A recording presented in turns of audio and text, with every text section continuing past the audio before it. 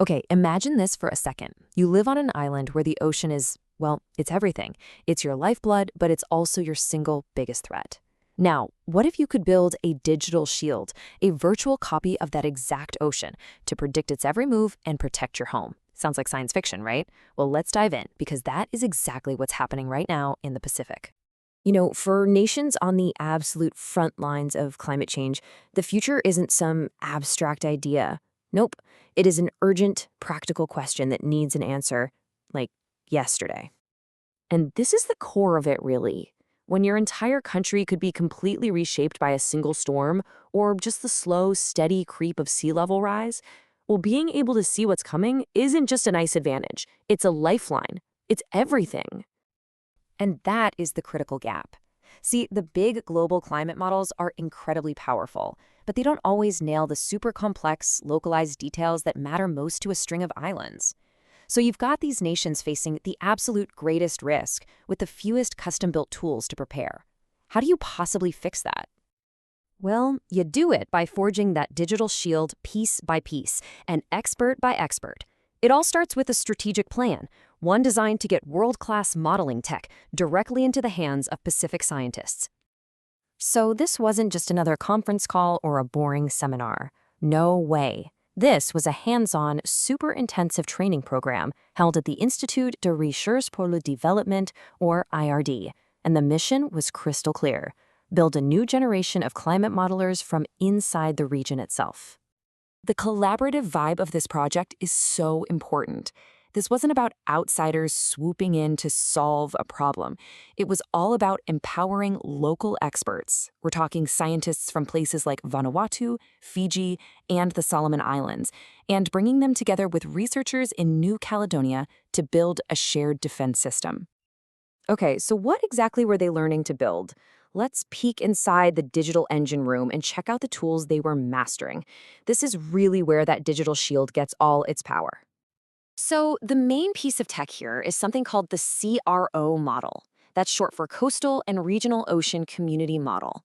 The best way to think of it is like a digital laboratory for the ocean. It lets scientists create these incredibly detailed simulations of their own coastal waters, modeling literally everything from tides to really complex currents. But wait, it gets even cooler. The ocean doesn't exist in a bubble, right? It's always interacting with the atmosphere above it. And that's where model coupling comes in. This is the process of linking the CRO ocean model with an atmospheric model, in this case, one called WRF. The result? A way more realistic simulation where the ocean and the atmosphere are actually influencing each other, just like they do in the real world. The training itself was really smart. It was structured to build up their skills from scratch. So week 1 was all about the fundamentals, getting comfortable with CRO, running some basic simulations. But then in week 2, they seriously leveled up. That's when they tackled that advanced stuff, coupling the ocean and atmosphere models for some truly realistic applications. I know this slide might look a little intimidating, but it's such a crucial first step.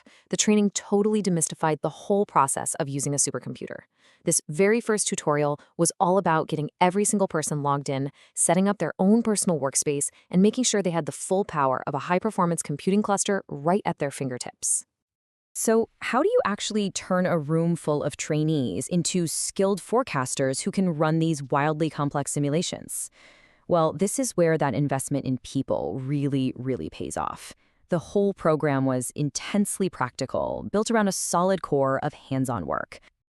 Yeah, it was all built around 5 key hands-on tutorials. These folks weren't just sitting and listening to lectures. They were in there, actively compiling models, prepping data, and running simulations for everything from simple, idealized scenarios to really complex coastal tides. And the results? A powerful new toolkit for these scientists.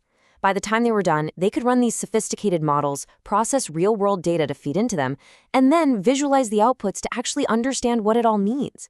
These are the exact skills you need to build those hyperlocal forecasts we were talking about. This quote from the report's conclusion just says it all, doesn't it? The training directly hit its mark. It wasn't some abstract academic exercise.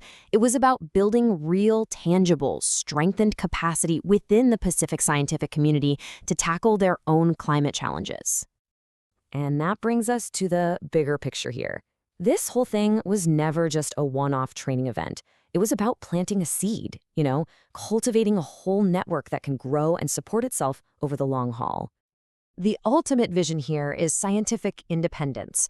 By equipping local experts with these incredible tools and getting them to collaborate with each other, the goal is to create a self-sufficient network, a whole community of Pacific scientists who can lead their own research, develop their own forecasts, and protect their own future. And that leaves us with this final, really powerful question. This is the whole point of the entire initiative. Forging a digital shield isn't just about code and supercomputers.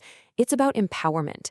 It's about putting the power to predict, to prepare, and to protect directly into the hands of the people who have the most at stake.